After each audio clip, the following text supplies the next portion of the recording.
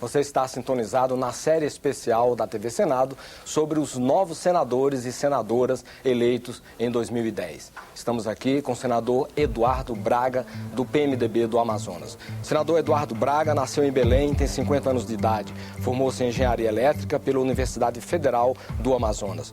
Foi vereador em Manaus, deputado estadual e federal, vice-prefeito, prefeito de Manaus e governador do Amazonas por 2 vezes. Nas eleições de 2010, foi eleito senador pelo Amazonas com 1.236.970 votos. Senador, muito obrigado por ter aceito o nosso convite para essa entrevista. Eu que agradeço o convite. Senador, vamos começar um pouquinho com a sua vida pessoal, né? Como é que era a sua família? O senhor nasceu em Belém, como é que foi essa mudança de Belém para Manaus? Bem, na realidade, o meu pai é do Baixo Amazonas do estado do Pará, ele nasceu em Santarém.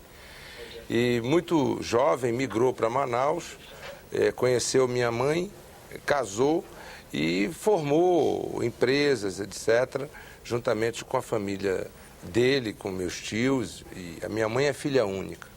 E depois, no pós-64, o meu pai teve que migrar para Belém para poder continuar trabalhando. Houve muito embate político na época e a minha família, àquela altura, já estava na política e achou por bem que meu pai fosse para o estado do Pará. Depois, nós retornamos, quando eu tinha 9 anos de idade, voltamos para Manaus. E aí sim, nos estabelecemos novamente em Manaus e eu pude estudar em Manaus, me formar, começar a minha vida pública em Manaus como vereador, como você mesmo disse. E hoje, graças a Deus e à generosidade do povo amazonense, eu cheguei ao Senado da República. Em termos profissionais, que profissão o senhor escolheu inicialmente? Bem, eu sou, por formação, engenheiro eletricista, não é? Formado. Chegou a trabalhar? Trabalhei muito pouco. No início da minha vida eu trabalhei como engenheiro eletricista, depois fiz cursos de especialização com a Fundação Getúlio Vargas, com outros institutos na área de engenharia financeira, gestão financeira e entrei na vida pública, não é? E ao entrar na vida pública, ainda muito jovem, eu trabalhava e ao mesmo tempo participava da vida política brasileira. Mas aí foi ganhando cada vez mais corpo a minha participação na vida pública, ao ponto de, a partir do meu mandato de deputado federal e da volta que tive como vice-prefeito e prefeito da cidade de Manaus, eu acabei me dedicando integralmente à política. O esporte, o senhor também gosta de esporte, né? Gosto de esporte. Eu, no começo, no início na minha juventude, eu pratiquei muita natação. Eu nadei muito, não é? E pratiquei esporte competitivo mesmo, disputando competições, etc., foi natação. Mas, tirando o futebol, que eu nunca fui bom de bola, eu pratiquei muitos outros esportes, como tênis, pratiquei muito jiu-jitsu na minha adolescência, depois vôlei, enfim. Mas o meu esporte de competição foi a natação. E questão de a sua formação, assim, que autores o senhor se lembra que marcaram essa formação, que filmes o senhor se recorda, que tipo de música o senhor gostava? Bem, música, eu gosto muito de música brasileira. Eu gosto de muito música sertaneja, música popular brasileira, pagode, samba, eu gosto muito. Com relação à minha formação literária, o meu pai, desde quando eu era muito jovem, gostava muito que eu lesse livros sobre personalidades políticas importantes. E fizemos uma leitura desde os grandes líderes brasileiros, passando por Barbosa, passando por Getúlio Vargas, passando por Juscelino Kubitschek, enfim, desde os mais antigos aos mais contemporâneos, e também por questões nacionais. Depois, eu tive uma influência na minha preparação humanística. Eu, como um homem de ciências exatas, voltado, portanto, à preparação cartesiana dos números, começo a querer conhecer cada vez mais os humanistas. E, nesse caminho, tive a oportunidade de conhecer alguns dos belos poetas mundiais, e isso acabou sendo um pouco da influência da minha esposa na minha vida, porque ela tem uma formação literária muito forte, já que fez letras, fez mais esse caminho de humanistas. Depois eu vim para a gestão privada, né? Eu vim trabalhar na gestão privada, onde o resultado era o resultado de gestão.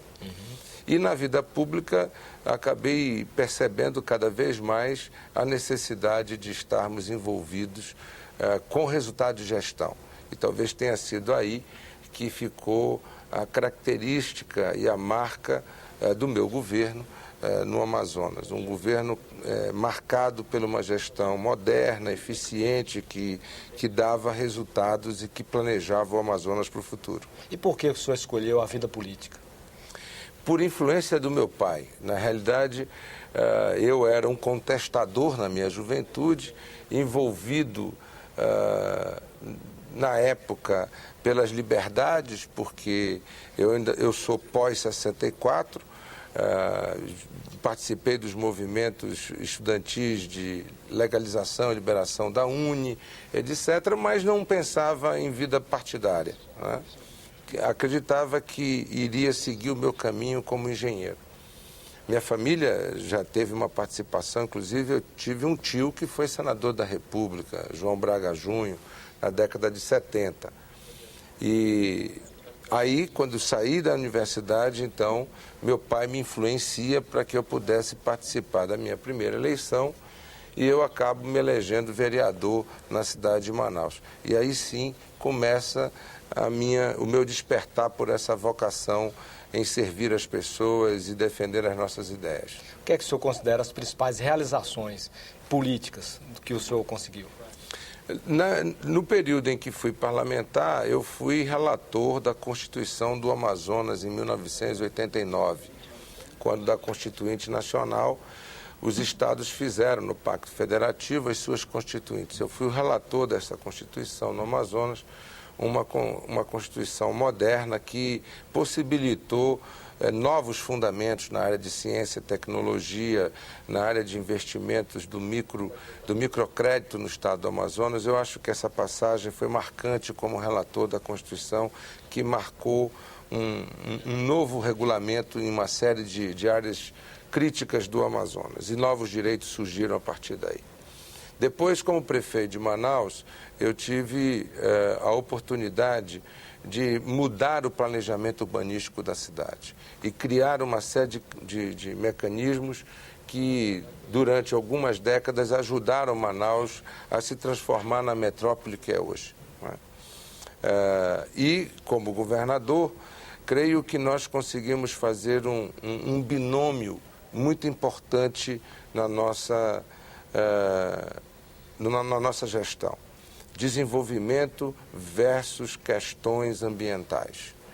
Um desenvolvimento, portanto, com responsabilidade econômica, social e ambiental era o cerne do nosso trabalho. Tanto é assim que na área urbana nós criamos um programa chamado Prosamin, que é um programa de recuperação de degradação ambiental, mas com construção de moradias, com resgate das favelas que nós tínhamos na cidade de Manaus, mais de 30 mil famílias hoje beneficiadas com esse programa.